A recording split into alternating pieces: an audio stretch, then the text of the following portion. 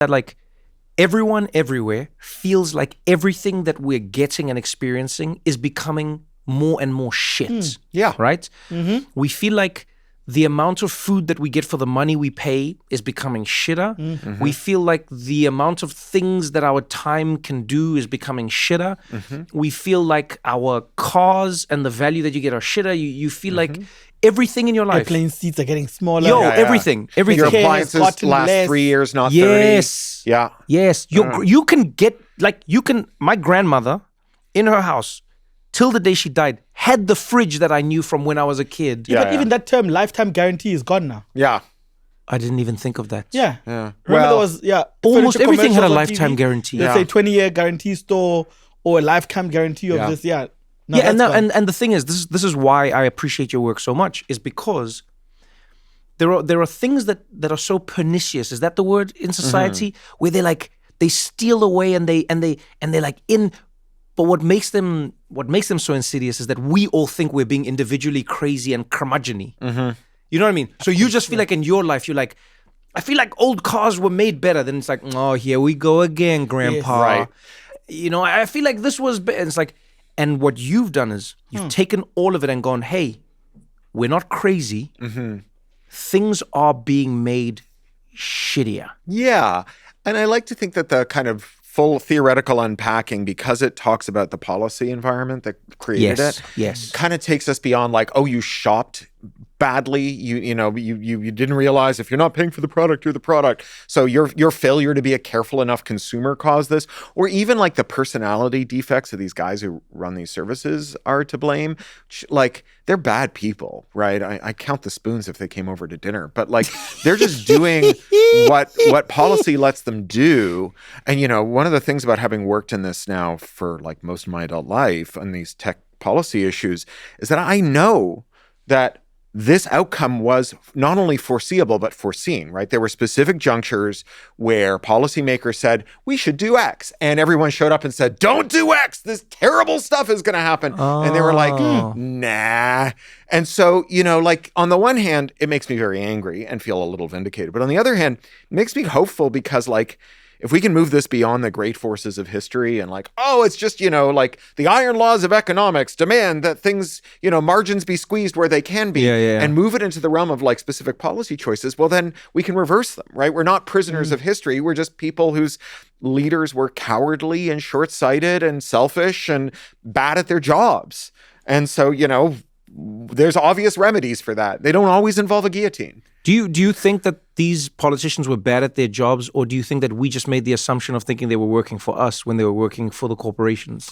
It's a little of both. So, there's a specific one that I'm particularly exercised about. So there's this law called the Digital Millennium Copyright Act from 1998, DMCA. Yeah. Section 1201 of the DMCA establishes a felony for modifying technology without permission. So like if someone sells you a printer that only takes the ink from HP and you modify it to take generic ink, then that's a felony. That's a crime. Yeah. There's a kind of nuance there where it's like you have to bypass an access control to do it, but all you have to do is add the access control to the product and you can conjure new felonies out of thin air. So Jay Freeman calls it felony contempt of business model.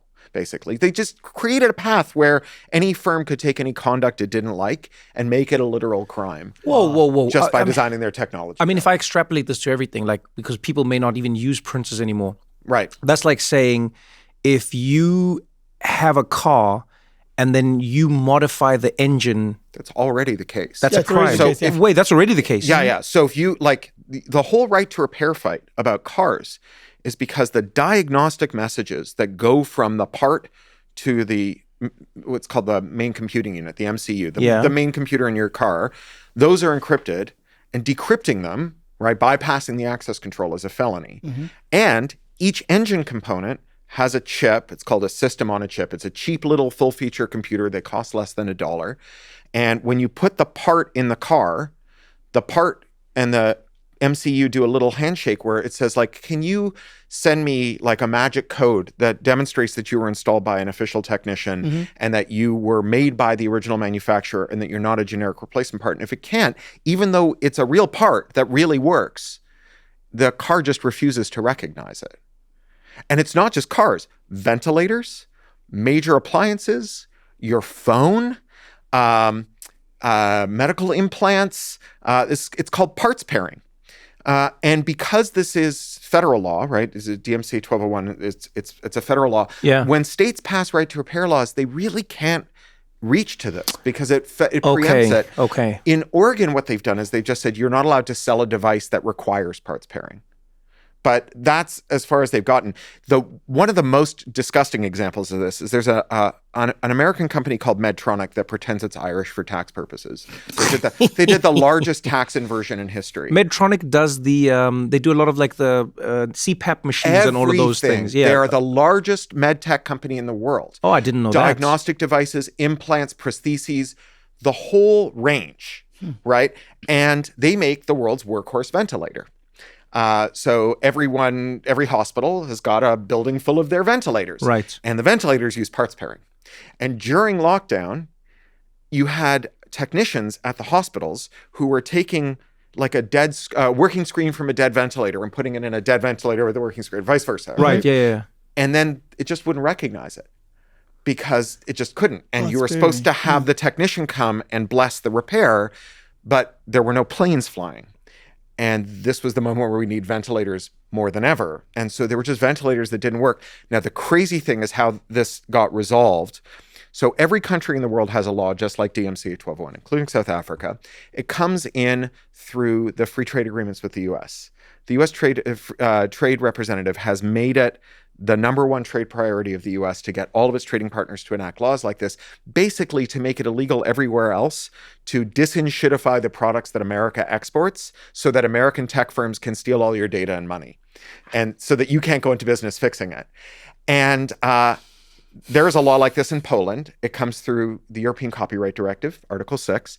And there was a Polish medical technician who used to work for Medtronic who was making his own illegal ventilator unlockers and anonymously shipping them to hospitals. Like he would find people online complaining about this and he'd be like, give me your address, I'll send you the thing. And because it was the lockdown, he just had whatever he had for enclosures. So they would get like a guitar pedal with like a USB port and you plug it into your ventilator and it had like a little Raspberry Pi. Like it was just like MacGyver in this thing. Like clock radios, bedside lamps, like literally whatever this guy had in his place in Poland during the lockdown. But he risked felony prosecution for this. And there's so much of this in Poland. Poland is like a weird epicenter for this. So there's a Polish train company called Nuvog. And companies that bought Nuvog trains would find that when they took them to a third-party depot for repair, they would just stop working.